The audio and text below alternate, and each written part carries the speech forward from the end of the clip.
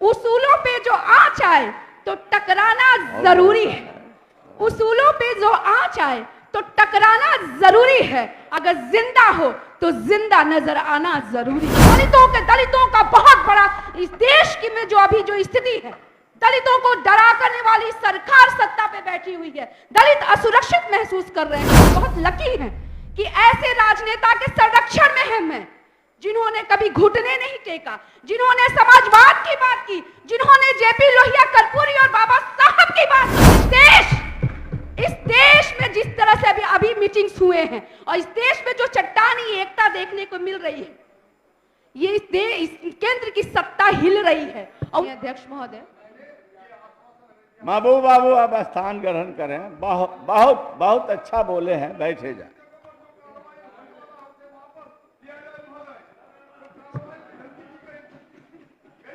चलिए स्थान ग्रहण किया जाए।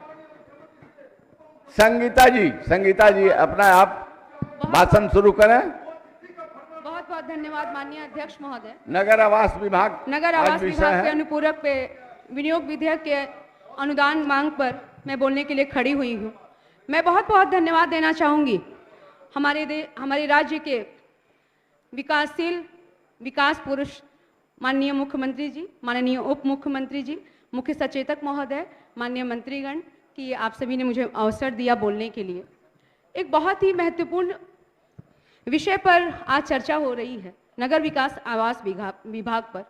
साथ ही मैं अगर नगरों की बात करूं तो एक आधारभूत संरचना जो इस देश की, एक बहुत बड़ी आबादी जो है नगरों पे वास करती है और अव्यवस्थित एक मनुष्य की जो मूलभूत आवश्यकताएं होती हैं कि उसे एक अच्छा आवास मिले, पहनने को अच्छे कपड़े हों, अच्छी शिक्षा हो, जो माननीय उप मुख्यमंत्री जी की बहुत ही बड़ी चिर प्रतीक्षित जो उनकी अभिव्यक्ति रहती है कि जहाँ हम दवाई की बात करते हैं, हम सुनवाई की बात करते हैं, हम सिंचाई की बात करते हैं, हम शिक्षा की बात करते हैं। जब से हमारी महागठबंधन की सरकार बनी है, एक बात जरूर कहूंगी कि बिहार की जनता में अपार खुशी है। और जब से हमारे माननीय उप मुख्यमंत्री जी ने नगर विकास मंत्री के रूप में पदभार ग्रहण किया है, तब से उन्होंने नगरों की जो परिदृश्य है उसको बदल के रख दिया है। एक स्वास्थ्य मंत्री के रूप में अगर माननीय उप मुख्यमंत्री जी की मैं चर्चा करूं तो निश्चित तौर पे मैं कहूंगी कि आप देख लीजिए कि ये अस्पतालों की जो स्थिति है वो कितनी बदली हुई है। डॉक्टरों पर कार्रवाई पे जो होगी, हमारे स्वास्थ्य मंत्री जी का साफ साफ कहना है कि देश की जनता को, बिहार के जो अस्पतालों में जो मरीज आते हैं उन्हें किसी भी प्रकार की अगर असुविधा है उससे हम कॉम्प्रोमाइज नहीं कर सकते हैं। ये हमारे माननीय स्वास्थ्य मंत्री जी की पहल है और जिसका आपने देखा होगा, चाहे पीएमसीएच का दौरा हो, बीच रात में 12 बजे रात में जाकर औचक निरीक्षण करना, एक बिहार ने पहली बार देखा है कि स्वास्थ्य मंत्री का चिकित्सक हॉस्पिटलों का दौरा करना इस देश की जनता में अपार खुशी है और बिहार की जनता में खुशी है।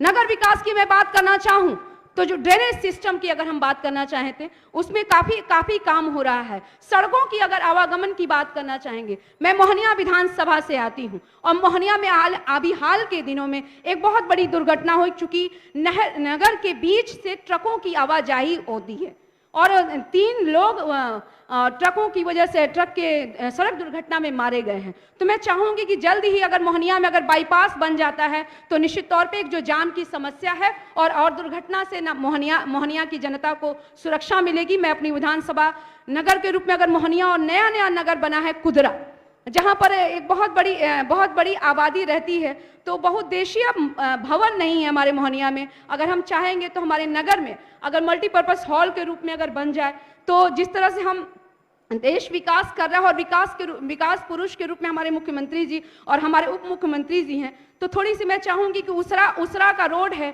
जो मोहनिया नगर में है, उसरा जो बहुत बड़ी आबादी रहती है लेकिन आज भी वहाँ सड़कों की स्थिति बहुत जर्जर है। तो हम मांग करना चाहेंगे कि उसरा में अगर माननीय नगर विकास मंत्री जी की पहल पर, लेकिन एक बात जरूर कहना चाहती हूँ कि देश की जो स्थिति है वर्तमान अगर परिदृश्य में हम देखेंगे तो बहुत ही अवसर की बात कर रहे हैं, रोजगार की बात कर रहे हैं। हमारी जब से सरकार बनी है तब से रोजगार के नए अवसर तलाश रही है। जैसे कहूंगी स्वास्थ्य विभाग में 1,30,000 रिक्ति भरी गई, कृषि विभाग में उद्योग औद्योगिक प्रौद्योगिकी विभाग में नए नए आयाम खोजने की कोशिश कर रही है। और हमारे उप मुख्यमंत्री जी जो कहा था कि 10 लाख युवाओं को रोजगार देंगे, जब से उन्होंने कुर्सी संभाली है उस कार्य के रूप में वो कार्य कर रहे हैं। लेकिन सवाल ये उठता है कि 9 वर्षों से जो केंद्र की सत्ता पे आसीन है, उन्होंने जो 2 करोड़ रोजगार का दिया था वो क्या हुआ? आपने तो हर चीज प्राइवेट कर दिया, आपने तो रोजगार का अवसर ही छीन लिया। आप तो आरक्षण को खत्म करना चाहते हैं, हर चीज प्राइवेटाइजेशन कर रहे हैं। प्राइवेटाइजेशन मतलब ठेका पे दे रहे हैं। तो एक तरह से आप पिछली गली से जाकर आरक्षण पे जो आपकी तिरछी नजर होती है, आरक्षण को खत्म करने की एक बहुत बड़ी देश में साजिश हो रही है महोदय। और एक बात जरूर कहना चाहती हूं कि इतिहास बदलने की बात केंद्र की बैठी हुई निरंकुश सत्ता करती है, तो ये इतिहास ये भूलेगा नहीं कि जब संसद भवन का आपने उद्घाटन किया तो देश की अनुसूचित जनजाति से आने वाली महिला राष्ट्रपति को आपने आमंत्रण नहीं दिया। ये इतिहास भूलेगा नहीं, ये देश की जनता भूलेगी नहीं कि दलितों का बहुत बड़ा इस देश की में जो अभी जो स्थिति है, दलितों को डरा करने वाली सरकार सत्ता पे बैठी हुई है, दलित असुरक्षित महसूस कर रहे हैं। और बहुत कहूंगी कि महिलाओं की बात करूंगी। बिहार की तो मुख्यमंत्री जी ने महिलाओं को देखिए, महिलाओं को रोजगार के अवसर सशक्त बनाया है। आज बच्चियां इतने अच्छे पोस्ट पे दिखती हैं और कहती हैं कि माननीय मुख्यमंत्री जी और माननीय उप मुख्यमंत्री जी की बहुत बड़ी देन है कि हम सब आज नौकरियां कर रहे हैं। लेकिन एक तरफ देश का वो चरित्र भी दिखता है जहां कुश्ती की खिलाड़ी महिलाएं बैठती हैं और वो अपनी शोषण का आरोप लगाती हैं और केंद्र की सरकार पर और कहती हैं कि बृजभूषण शर्मा को अरेस्ट करो। लेकिन केंद्र पे बैठी हुई सरकार की कान पे जो भी नहीं रेंगता है। ये इस देश की महिलाओं का इतना बड़ा अपमान देश ने कभी नहीं देखा। जब ये भारत को मेडल लाने वाली महिलाएं जहां सड़कों पे हो, जिनकी वो महिलाएं, वो बच्चियां, वो लड़कियां रो रही हो, तो उस गांव की झुग्गी झोपड़ी में बैठी हुई महिलाओं की इज्जत कितनी सुरक्षित होगी, ये समझ जाइए देश की जनता देख रही। इस ऐसी सत्ता बैठी हुई है जो संविधान को नहीं मानती। ये ऐसे देश में सत्ता बैठी हुई है जो गोडसे और गोलवलकर की नीतियों को लागू करने की कोशिश कर रही है। शुक्र है और धन्य है हम लोग समाजवाद के बहुत बड़े कहूंगी हमारे गुरु और हमारे भगवान आदरणीय लालू प्रसाद यादव जी को। हम बहुत बड़े, हम अब कहूंगी इसलिए कि हम बहुत लकी हैं कि ऐसे राजनेता के संरक्षण में हैं मैं, जिन्होंने कभी घुटने नहीं टेका, जिन्होंने समाजवाद की बात की, जिन्होंने जेपी लोहिया कर्पूरी और बाबा साहब की बात की। हम ऐसे नेता के क्षेत्र रक्षण में हैं। और ये देश, इस देश में जिस तरह से अभी मीटिंग्स हुए हैं और इस देश में जो चट्टानी एकता देखने को मिल रही है, ये इस केंद्र की सत्ता हिल रही है। और उन्हें पता है कि जो आप नीतियां लागू करना चाहते हैं, जो आप चाहते हैं कि हर सभी को भगवाधारी बनाएंगे, जो आप चाहते हैं कि हम संविधान को तोड़ेंगे, हम संविधान को नहीं मानने वाले लोग हैं। लेकिन जब तक इस समाजवादी पुरोधा के नेता हैं और उनके क्षेत्र में इस महागठबंधन की समाजवादी विचारधारा को मानने वाली हम लोग हैं, तब तक इस देश में ना संविधान पे कोई प्रहार होने दिया जाएगा, ना आरक्षण पे कोई प्रहार होने दिया जाएगा, ना बच्चियों और महिलाओं के साथ शोषण होने दिया जाएगा।